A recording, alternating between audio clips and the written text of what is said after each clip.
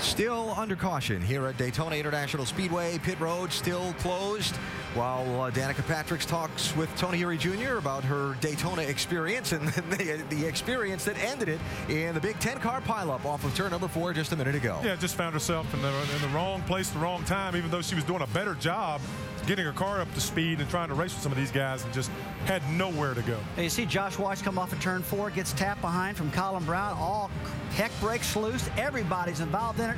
Both the Roush's cars are tore up, and Danica no place to go. Got the right front fender took off, the suspension. She learned a lot, though.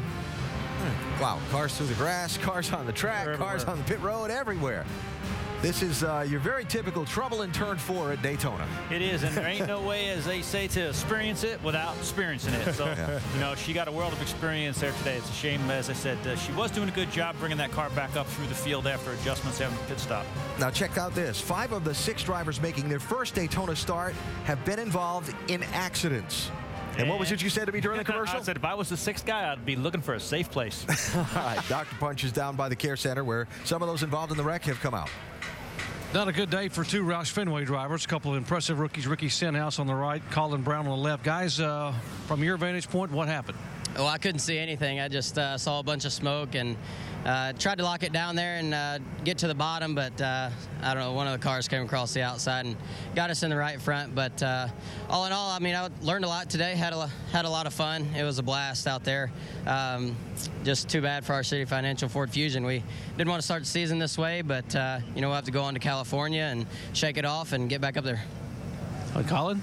Well, for me, I mean, I guess I was kind of right in the middle of it. I don't know exactly what happened. I got, I guess, put in a bad spot. That 61 moved around, and next thing I know, I was getting pushed down from behind and the side and everywhere. So I just feel bad for my number 16 Conway Freight Ford Fusion guys. They did a really good job on that car. Struggled there early on, but my crew chief, Eddie Pardue, made a good adjustment. And I thought we were pretty fast and pretty good there towards the end of that run.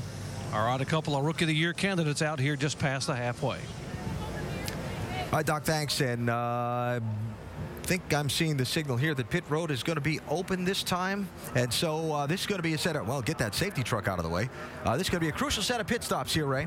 It really is. They're right on their window. Back in the old days, if we say, hey, you know, come in, put your tires on, and you're done. But right now, with a new green-white checker rule, could extend it. 45 to go, Doc. And this final pit stop, well, it should be the final pit stop if we stay green. 33, Kevin Harvick coming back down. Remember the trouble they had early on, the problems with the jack. A jack is one pump and a bump.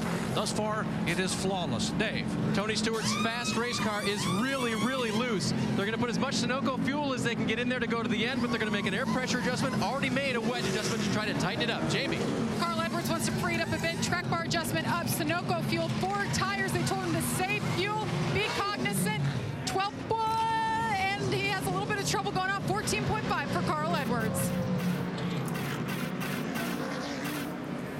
All right, so Edwards got to the scoring line at pit exit first, although had that hiccup trying to stall it. Everybody with 4 tires, and again, Kevin Harvick now going to be in the 4th position, and Tony Stewart, the big loser on that round of stops.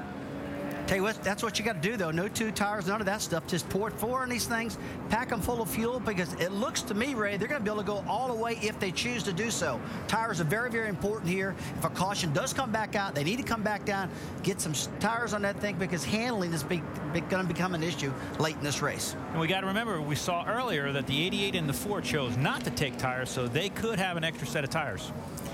Quick reminder before we get the restart that the NHRA season is getting underway out in Pomona, California. As always, it's the Craig and O'Reilly NHRA Winter Nationals, qualifying 11 Eastern tonight here on ESPN2, and the finals 8 Eastern time on Sunday. After a rainout last night, the NASCAR Camping World Truck Series runs its season opener here at Daytona tonight. Little day-night doubleheader in Daytona. That's on speed at 7 Eastern time.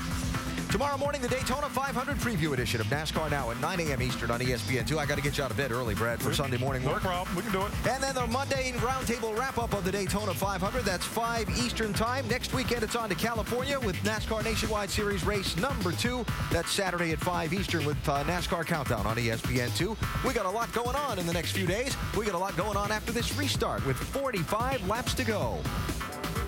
So let's head to break with this latest round of pit stops, and Mark Hollywood Armstrong take us for a trip.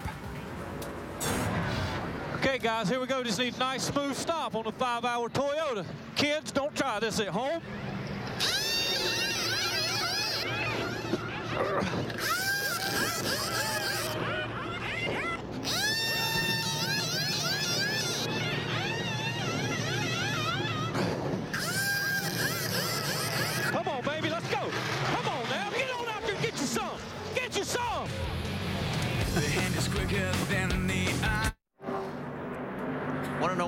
Carl Edwards is leader. Tony Stewart's a little bit further back. Let's take you to the pit stop. This is how important they really are. Watch the right front on the number 4. This is a problem. Yeah, you can see right here, they're making the right side stop. They get it up, get the tire off. Everything's clean so far. Right there, they have a hard time getting that tire in that hole now. That fender is so tight. These Speedway cars, you get so much gain from those cars having those tight fender wells, but it can really hurt you on these pit stops. So Tony finds himself back in 7th, and look at the difference, 17.2, 3 seconds and change. And the tight wheel well comes back to haunt the number 4, but he's got enough car underneath him. Don't count him out by any stretch of the imagination. Let's reset it for you. It's Edwards, Kyle Busch, Logano, Harvick, Earnhardt Jr., Brad Keselowski, Tony Stewart, Greg Biffle. That's your top 8. Here we go back to green.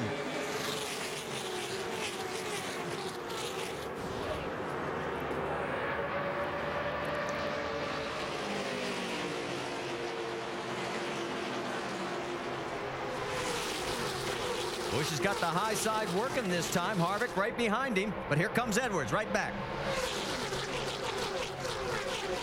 Yeah, on these restarts, it's just a matter of who gets a good push, who's going to be able to get out front.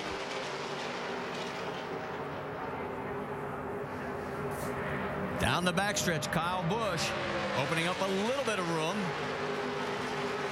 Got about a car length on the 33, but here comes the 60 of Edwards, and here comes Kyle down to the low side.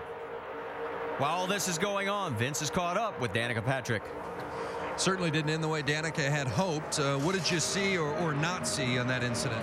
I think it was not see. You know, in the very first accident that happened in 1 and 2, cars came together, smoke, and I just kind of like let off the throttle and slowed down, and they slid down the track. And then this one, you know, there's smoke and I can't see anything again, and you know, I try and just slow down and roll it through the corner, and then, you know, and that time it, you know, we all hit. So that's the tough thing about this racing. I can see what they've all said all along with these big tracks is, you know, smoke comes up and you're running so close out there that, you know, there's nowhere to go. But and the disappointing part more than anything is just that, you know, I missed out on getting, you know, 40 or whatever laps left of experience that I could have got. And the car was finally, you know, where I liked it, and I felt confident as a driver to be able to run in a pack. So I was finally kind of getting the hang of it. Albeit a shorter experience than what you wanted, what do you take from today?